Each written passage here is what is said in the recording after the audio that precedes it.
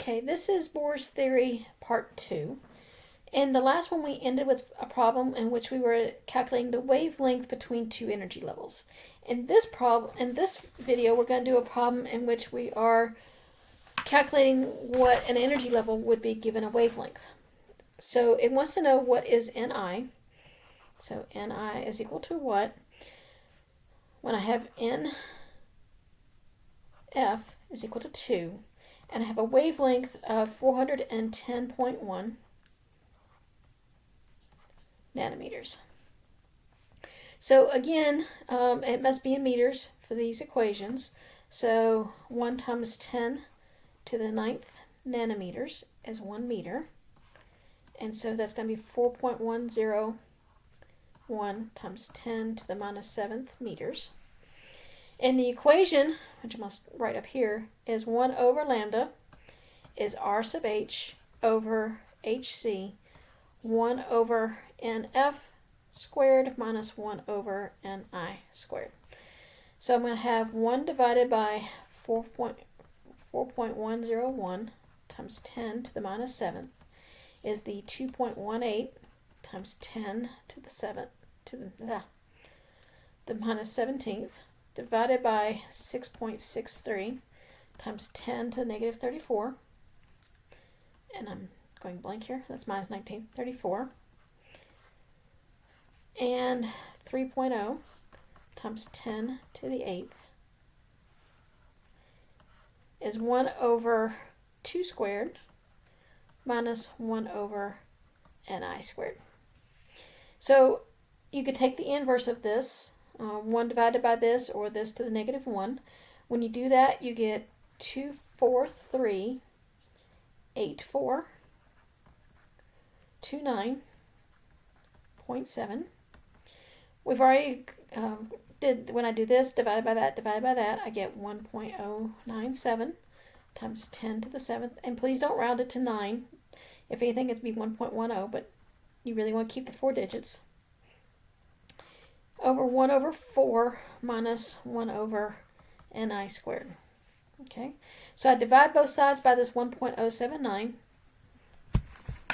So 2438429.7 divided by 1.097 times 10 to the 7th is 1/4. I get rid of the parentheses this time.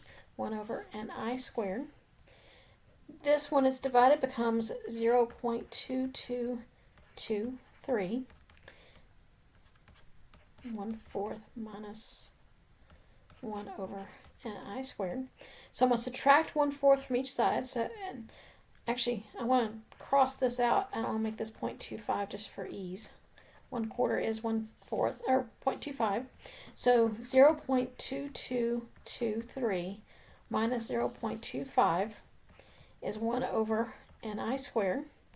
So when I subtract those two, I get a negative 0.022671. No, I'm sorry, 71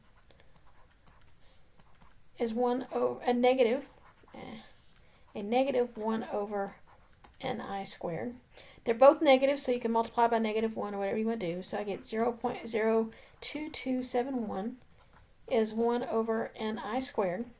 So I want to take the inverse. Okay, so it can either be 1 divided by 0.02271 or 0.22, oops, I dropped a 0.02271 to the minus 1. Okay, that's what I mean by taking the inverse. Gives me 1 over ni squared. When I do this, I get 36.08 is ni squared. So to get rid of the square, I need to take the square root of both sides. So the square root of 36.08, the square root of ni squared. So I get 6, basically, is equal to ni. And that's my final answer. So you could be asked to find either nf or ni. Okay? And that is the end of, oh no, that's not the end of this video. Never mind. So in both of these problems that we just did, you notice the fact that the last Ni, or the, I'm sorry, NF is 2. And this was, I said before, what we did the problem is 656 nanometers. It's red light of hydrogen. This one is 410. This is just inside. This would be the blue light. Also ends at N2. Okay. And so basically everything that ends at N2 is inside the visible spectrum here, whether it comes from 3, 4, 5, or we just calculated violet here. So we just calculated this transition here. Okay, and this is called the Balmer series. I'm not going to ask you to know the names of these. Ultraviolet tends to end at N equal 1. Okay. And infrared ends at N equal 3. Okay. Now, the difference between emission and absorption. I've shown you several emission lines, and basically it's where you see color on top of black. Okay. This is the continuous spectrum as contrast. And then here's an absorption spectrum. So in emission, which is this one, the electron is going from a higher level to a lower level, and it gives off light. Okay, and so you're seeing the lines of that spectrum. I could be changing back to laser pointer. Okay, so going from a higher level to a lower level, and emission and light's been given off, and you see colors of light in the band. For the same transition, absorption is when I go from a lower level to a higher level. Light is actually coming in, and so there's an absence of light in the continuous spectrum here. But you will notice that these lines exactly line up. So these two lines are exactly the same energy, same wavelength. These two lines are the same wavelength. These two lines are the same wavelength.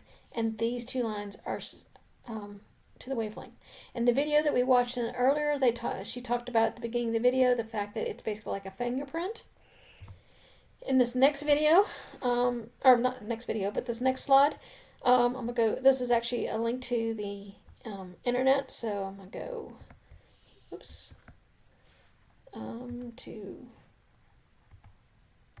this, okay, and so it doesn't matter, here's calcium, okay, we saw the lady burn calcium, and we got an orange-yellow flame, okay, but you see there's actually blues, but it's harder to see blues when you have the higher wavelengths.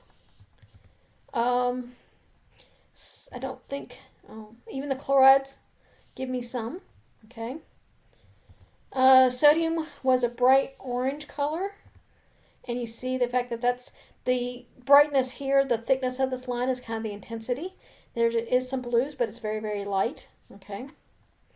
We saw potassium was violet, okay, and again, this is the brightest of the beams, but there are more of them. But also notice the fact that each one of these is different from each other element. So none of the two elements that I have clicked on have been the same. The further down the periodic table I go, the more lines there are. So this is barium here. If I go to gold, that one actually doesn't have quite as many, but this is still more than the sodium or the potassium had. Hydrogen, the one that we just calculated the wavelength for was this one. It was the 600, or I'm sorry, this is the one, yeah. This is the one we calculated the wavelength of 656.3 nanometers. This one probably is the N6, okay, to N2, the 410 line, okay. So there's very distinct lines to correspond with the different energy levels. Okay, and that is now the end of this video.